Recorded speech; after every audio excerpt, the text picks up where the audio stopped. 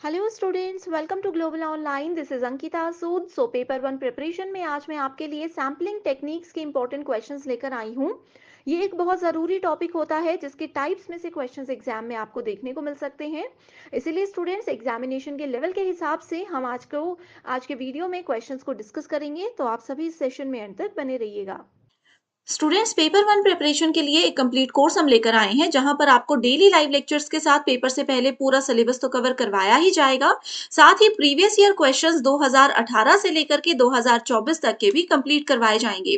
हर एक क्वेश्चन को easy explanation के साथ आपको बताया जाएगा, जिसके साथ आपको आसान ट्रिक्स दूंगी जो कि बहुत आसानी से आपको करेक्ट आंसर ढूंढने में मदद कर सकती है। साथ ही एक स्पेशल व्हाट्सएप ग्रुप में आपको ऐड किया जाता है इस कोर्स में, जिसमें कि आपको हर क्लास के बाद उसकी पीडीएफ मिल जाएगी। एंड अगर कोई भी डाउट्स हो, आपको कोई भी सवाल परेशान कर रहा हो, तो वो डाउट्स आप अपने ग्रुप में भी टीचर के साथ शेयर कर सकते हो। कंप्लीट कोर्स की जानकारी के लिए ये 2 नंबर्स आपको दिए जा रहे हैं, इन पर व्हाट्सएप के थ्रू कांटेक्ट कर लीजिए। साथ ही कुछ फ्री वीडियोस देखनी है, मॉक टेस्ट अटेम्प्ट करने हैं, तो ग्लोबल ऑनलाइन ऐप को जरूर डाउनलोड कीजिए। स्टोर सेक्शन पर सर्च बार में आपको लिखना है जेके सेट 2024 पेपर वन। कंटेंट पर जाकर कंप्लीट कोर्स आपको मिल जाएंगे। ये उन स्टूडेंट्स के लिए हैं जो कि डेली लाइव क्लासेस ज्वाइन नहीं कर पाते हैं, और बाकी सबके लिए लाइव क्लासेस भी मिलेंगी। और जैसे भी आपको कंफर्टेबल है, आप उस अकॉर्डिंग मॉर्निंग और इवनिंग बैचेस को ज्वाइन कर सकते हो। तो ये नंबर्स हैं जिन पर इजीली आप कॉन्टेक्ट कर लीजिए। तो चलिए शुरू करते हैं। हमारा आज का पहला क्वेश्चन है, which of the following sampling methods is not based on probability. First option है simple random sampling, stratified sampling, quota sampling and cluster sampling. ठीक है, तो यहाँ पे पूछा गया है कि कौन सा सैम्पलिंग का तरीका जो है वो प्रोबेबिलिटी की कैटेगरी में नहीं आता है। तो पहला पॉइंट यहाँ पे ये ध्यान रखना है कि हमेशा नॉट टर्म पे फोकस रखना है। ठीक है, तो पहले मैं बताती हूँ कि सैम्पलिंग क्या होता है। सैम्पलिंग का मतलब होता है डेटा को कलेक्ट करना। ठीक है, मान लीजिए कोई एक स्पेसिफिक ग्रुप है हमारे पास इंडिविजुअल्स का, जिस ग्रुप के थ्रू हम लोग डेटा को कलेक्ट करते हैं अपनी रिसर्च के लिए। ठीक है, तो इसी में हमारे पास दो टाइप्स आते हैं, probability and non probability sampling. तो प्रोबेबिलिटी सैम्पलिंग जो है उसका मतलब होता है, जैसे मान लीजिए कि 10 लोगों का ग्रुप है, तो अगर हम प्रोबेबिलिटी की बात करते हैं, यानी कि we are talking about random selection, तो इन 10 के 10 स्टूडेंट्स में से या जो भी लोग हैं, इन सभी की 100% चांसेस हैं कि इनका सिलेक्शन हो। ठीक है, एंड जो हमारे पास नॉन प्रोबेबिलिटी सैम्पलिंग टेक्निक होती है, वहां पे अगर 10 लोगों का ग्रुप है तो इनको हम डिवाइड करते हैं क्राइटेरिया के बेसिस पर। तो वो क्राइटेरिया कुछ भी हो सकता है, वो उनका एज भी हो सकता है, उनके वेट के अकॉर्डिंग भी हम उनको डिफाइन कर सकते हैं। ठीक है, अगर स्टूडेंट्स हैं तो उनके मार्क्स या परसेंटेज के अकॉर्डिंग भी हम उनको डिफाइन कर सकते हैं।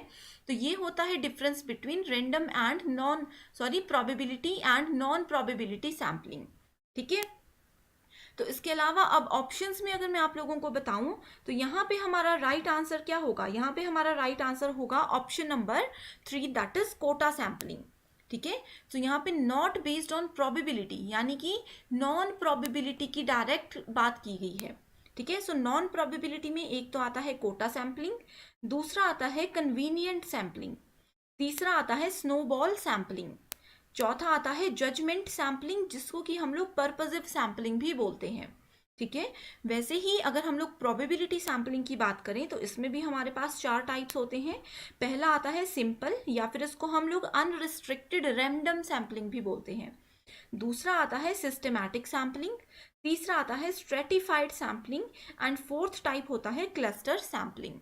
ठीक है, तो ये होते हैं 4 इनके पॉइंट्स जो कि बहुत ज़्यादा इंपॉर्टेंट है। सो सेकेंड क्वेश्चन है सैम्पलिंग केसेस मीन्स। बहुत बेसिक क्वेश्चन है कि जो सैम्पलिंग केसेस होते हैं उसको हम लोग क्या बोल सकते हैं। तो यहाँ पे पहला ऑप्शन है कि अगर हम लोग सैम्पलिंग को यूज करते हैं सैम्पलिंग फ्रेम्स के अंदर। दूसरा ऑप्शन बोलता है identifying people who are suitable for the research, यानी कि एक रिसर्च के लिए हम लोग किस तरह से लोगों को सेलेक्ट करते हैं, उनको कैसे आइडेंटिफाई करते हैं, दैट मीन्स सैम्पलिंग केसेस। तीसरा ऑप्शन बोलता है literally the researchers brief case, तो जो रिसर्चर के डिटेल में हम लोग केसेस को डिफाइन करते हैं, क्या उसको सैम्पलिंग केस बोलते हैं। नेक्स्ट आता है sampling of people, newspapers and television programs. तो इसका राइट आंसर होगा ऑप्शन नंबर 4, यानी कि जो भी सैम्पलिंग हम लोग लोगों के थ्रू, न्यूज़पेपर के थ्रू, टेलीविजन प्रोग्राम्स या फिर सोशल मीडिया के थ्रू कलेक्ट करते हैं, उसको बोला जाता है sampling cases. Next question is the population information is called parameter. ठीक है, तो यहाँ पे बहुत इंपॉर्टेंट क्वेश्चन है। इसी क्वेश्चन को दो तरीके से पूछा जा सकता है। ठीक है, तो पॉपुलेशन इंफॉर्मेशन जो होती है उसको पैरामीटर बोला जाता है। सिमिलरली जो सैंपल इंफॉर्मेशन होती है उसको क्या बोला जाता है? ठीक है, पहला ऑप्शन है universe, inference, sampling design and statistics. तो यहाँ पे राइट आंसर होगा option number 4, that is statistics. ठीक है, तो ये चीजें आपको सिर्फ याद रखनी है। तो इसका क्वेश्चन इस तरह से भी पूछा जा सकता था कि सैम्पलिंग इंफॉर्मेशन को हम लोग बोलते हैं स्टैटिस्टिक्स, तो सिमिलरली पॉपुलेशन इंफॉर्मेशन को हम क्या बोलेंगे? ठीक है, तो यहाँ पे इस तरह से क्वेश्चन पूछा जा सकता है, तो आंसर होगा पैरामीटर। तो अब आपको बताती हूँ कि पॉपुलेशन क्या होता है। ठीक है, सो पॉपुलेशन होता है एक एंटायर ग्रुप, ठीक है, जिसकी हेल्प से हम लोग कंक्लूजन को, अपने रिसर्च के कंक्लूजन को ड्रॉ कर सकते हैं। जैसे कि अगर मान लीजिए 10 लोगों का ग्रुप है जिनके थ्रू हम लोग क्वेश्चनियर लेकर के या फिर इनको सैंपल के रूप में यूज करके क्या करते हैं, डेटा को कलेक्ट करते हैं। Next question is which of the following are non probability sampling methods. तो ये अभी मैंने आप लोगों को बताया है, इसका आंसर क्या होगा? इसका आंसर होगा option number 2, that is B, D and E. ठीक है, judgemental, snowball and quota sampling, तो ये तीनों आते हैं प्रोबेबिलिटी, नॉन प्रोबेबिलिटी के अंदर। ठीक है, अभी क्वेश्चन नंबर 1 में हमने ये चीजें डिटेल में डिस्कस की हैं। Next question is which of the following sampling procedures will be appropriate for concluding researches with empirico inductive research paradigm. तो जहां पे भी आप लोगों को एम्पीरिको इंडक्टिव रिसर्च की बात आती है, that means we are talking about कि any of the non probability sampling procedures. तो जहां पे भी नॉन प्रोबेबिलिटी सैम्पलिंग होगा वहां पे हमेशा एम्पीरिको इंडक्टिव रिसर्च की बात की गई होगी। ठीक है, next question is suppose we have to investigate the working efficiency of nationalized bank of india, which one of the following would you follow? ठीक है, तो यहाँ पे पूछा गया है कि अगर एक कोई बैंक के थ्रू यहाँ पे आइडेंटिफाई किया गया है, ठीक है, तो यहीं से आप लोगों को चीजें क्लियर होनी चाहिए कि we are talking about multi stage sampling. ठीक है, तो इसमें क्या होता है, जैसे नेशनलाइज्ड बैंक इन इंडिया पूछा गया है, ठीक है, तो उसमें अगर हम लोग किसी के वर्क को इन्वेस्टिगेट करते हैं तो वहां पे क्या होगा, मल्टीपल स्टेजेस पे हम लोग सैम्पलिंग करेंगे। जैसे स्टाफ का अलग होगा, उसके बाद लोगों का अलग सैंपल हम लोग कलेक्ट करेंगे। ठीक है, सबका क्राइटेरिया डिफरेंट होगा। Next question is when a research problem is related to heterogeneous population, the most suitable sampling method is। तो अगर हम लोग heterogeneous population यानी कि डिफरेंट डिफरेंट तरह के लोगों को यूज करके जो है पॉपुलेशन के थ्रू डेटा को कलेक्ट कर रहे हैं, तो उसको क्या बोला जाएगा? Cluster sampling, stratified sampling, convenient sampling और लॉटरी सैम्पलिंग। तो सबसे पहले तो मैं आप लोगों को ये बात बता दूं कि लॉटरी सैम्पलिंग कोई टर्म नहीं होती है। ठीक है, तो यहाँ पे राइट आंसर होगा option number 2, that is stratified sampling. तो इस क्वेश्चन में मैं आप लोगों को एक बार डिटेल में बताना चाहती हूँ कि स्ट्रेटिफाइड सैम्पलिंग होता क्या है। ठीक है, तो इसके थ्रू हम क्या करते हैं, एक पॉपुलेशन को यानी कि ग्रुप को डिवाइड करते हैं। ठीक है, इन सब पॉपुलेशन यानी कि इसको सब ग्रुप्स में डिवाइड करते हैं। ठीक है, तो इन सब ग्रुप्स को बोला जाता है स्ट्राटा। ठीक है, जैसे मान लीजिए कि 10 लोगों का ग्रुप है, तो हम इनको डिवाइड कर सकते हैं या तो इनके एज के बेसिस पे कि 0 से लेकर के 10 ईयर्स के स्टूडेंट्स जो बच्चे हैं वो अलग चले जाएं।